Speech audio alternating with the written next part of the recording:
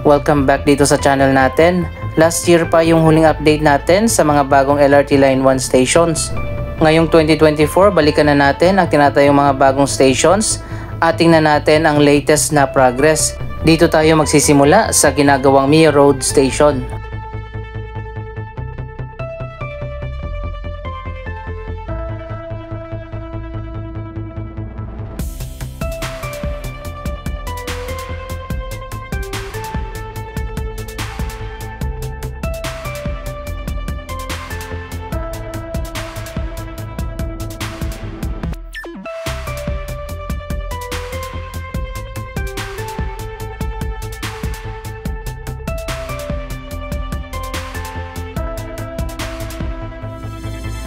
So ayan guys, ito na ngayon ang pinaka-latest na progress sa ginagawang bagong LRT station dito sa Mia Road.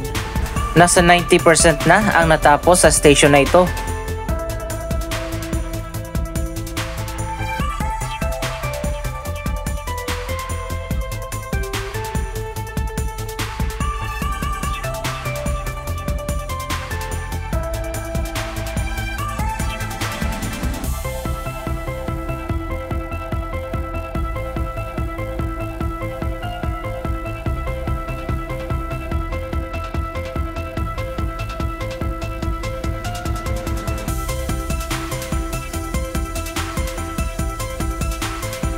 Ang Mia Station ay bahagi ng Phase 1 ng LRT Line 1 Cavite Extension Project. May haba na 6.7 kilometers ang Phase 1 at kasalukuyan na ngang tinatayo sa ngayon ang 5 bagong istasyon mula sa Baclaran hanggang sa may SM Sucat.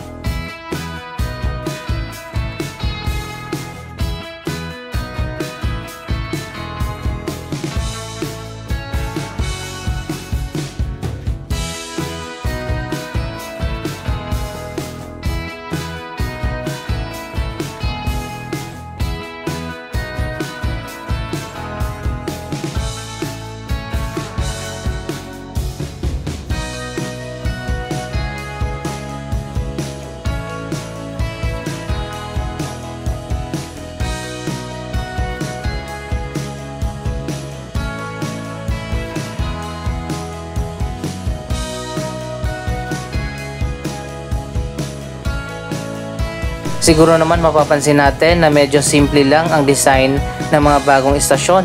Inspired ang design ng mga bagong istasyon sa disenyo ng mga lumang istasyon mula sa Baclaran hanggang sa monumento. At hindi nila kinopya yung bagong style na design ng Balintawak at Roosevelt stations.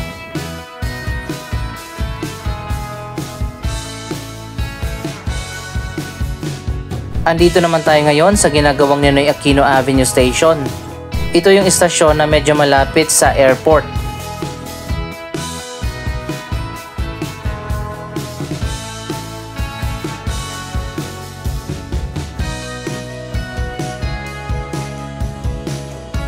Mapapansin naman natin na kakaiba ang location ng istasyon na ito na ang magkabilang dulo ay tinayo dito sa Riverside at ang mismong station ay tumatawid sa magkabilang side ng highway.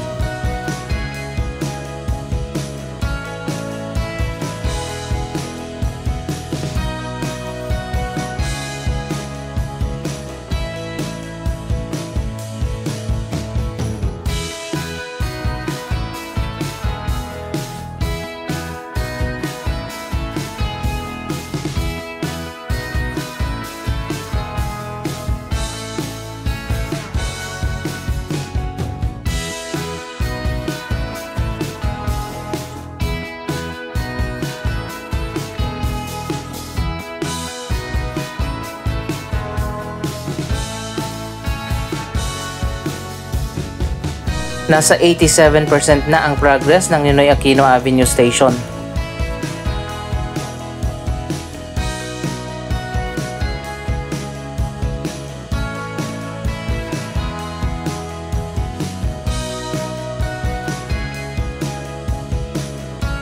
So ayan guys, ito yung isa sa mga hagdanan ng station na nasa kabilang side ng kalsada. At yung isa naman ay nandun sa kabila. Kaya dapat alam mo kung saan ka bababa. Sa left side ba o sa right side.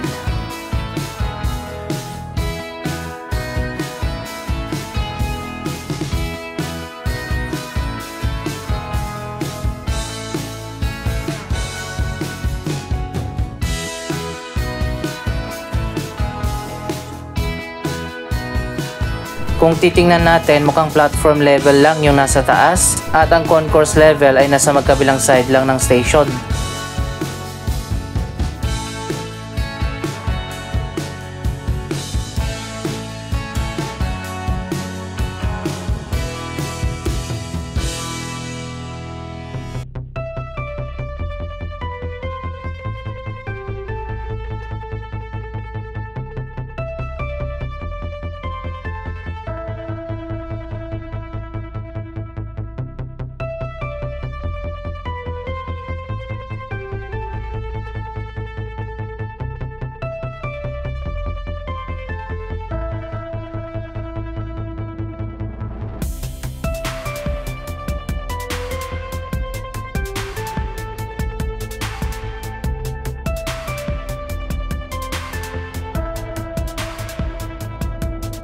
Iba ang design nito kumpara sa Redemptorist at Mia Station na may concourse level sa baba. Kaparehas lang nito yung mga lumang LRT station na pag-akyat mo sa taas, platform na agad.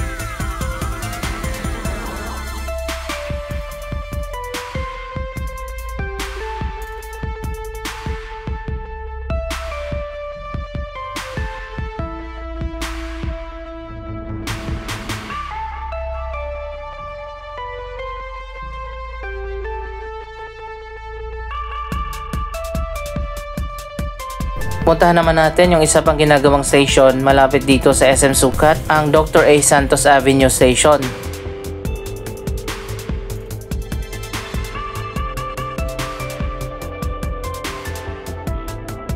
Dito tayo sa may SM Sucat main building at tatawid tayo dun sa kabila sa may annex.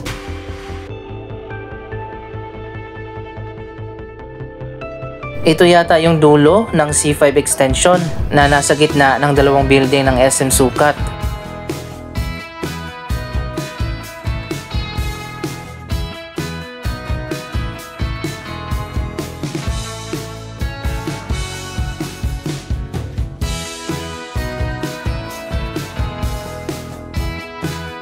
Andito na tayo sa may elevated walkway patawid dun sa kabila.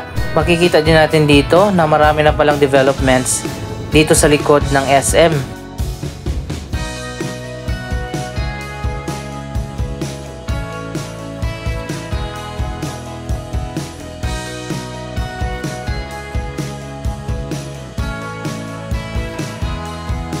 Pupuntahan na natin yung Dr. A. Santos Avenue Station.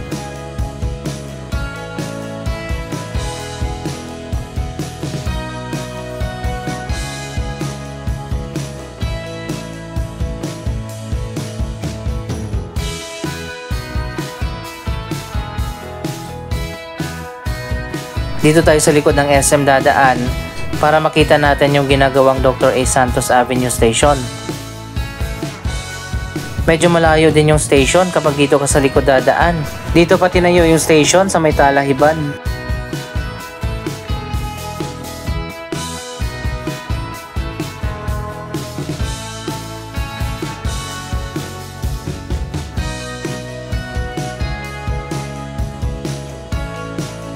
Sarado pa kasi dito sa harap, malapit sa highway, kung saan malapit yung entrance papasok ng station.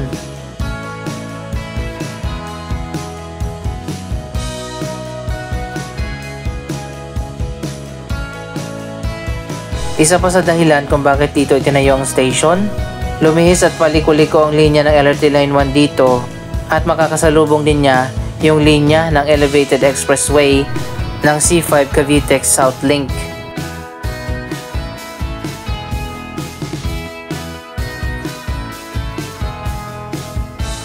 Malapit na rin matapos itong ginagawang station dito, nasa 90% na ang nagawa na.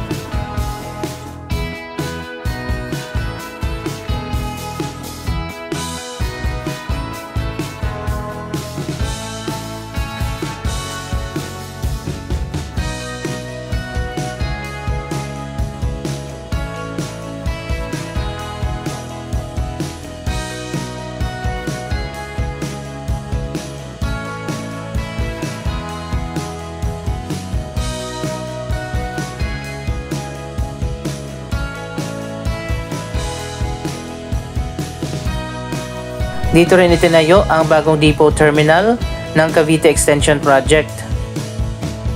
Yung mga bagong 4th generation trains na operational na ngayon, dito yan sa bagong depot magkakaroon ng maintenance.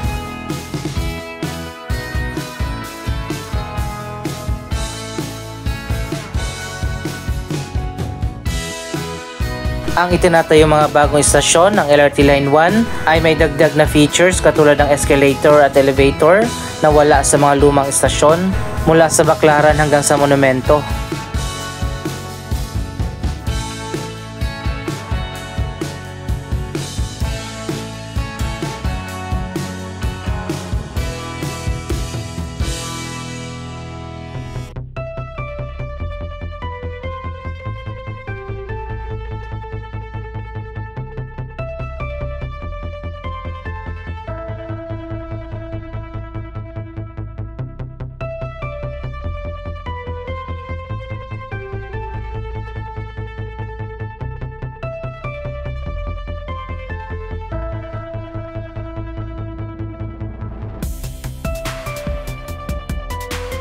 Sino kayang may-ari ng malawak na property na ito na katabi ng station?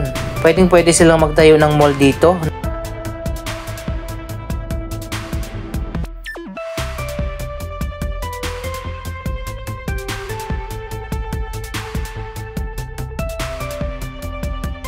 So ayan guys, ito yung entrance na papasok doon sa station malapit sa highway. At makikita nga natin dyan yung viaduct ng C5 South Link. Yung station ay lumihis at tinayo doon sa loob para hindi sila magkasalubong nitong expressway na parehas na mababa ang alignment. Dito yung pasukan at labasan papunta doon sa station kapag natapos na. Pero sarado pa ito ngayon dahil nga ongoing pa ang construction. Medyo malayo din yung lalakarin papunta doon sa station.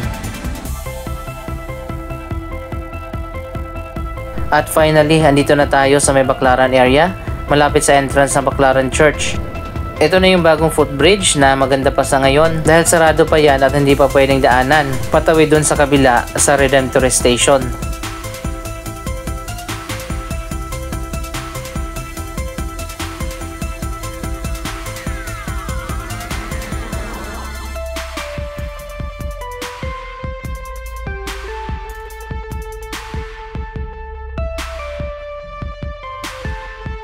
Nasa 89% na rin natapos ang station na ito.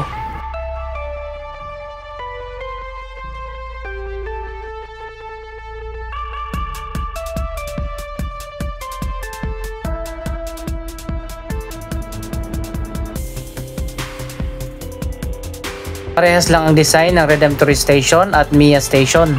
May concourse level sa baba at platform level naman sa taas. Anong masasabi nyo sa latest progress ng mga station na ito? Mag-comment lamang dyan sa baba ng inyong mga reaksyon. Maraming salamat sa inyong panonood. Don't forget to like, share, comment, at subscribe. Thank you for watching.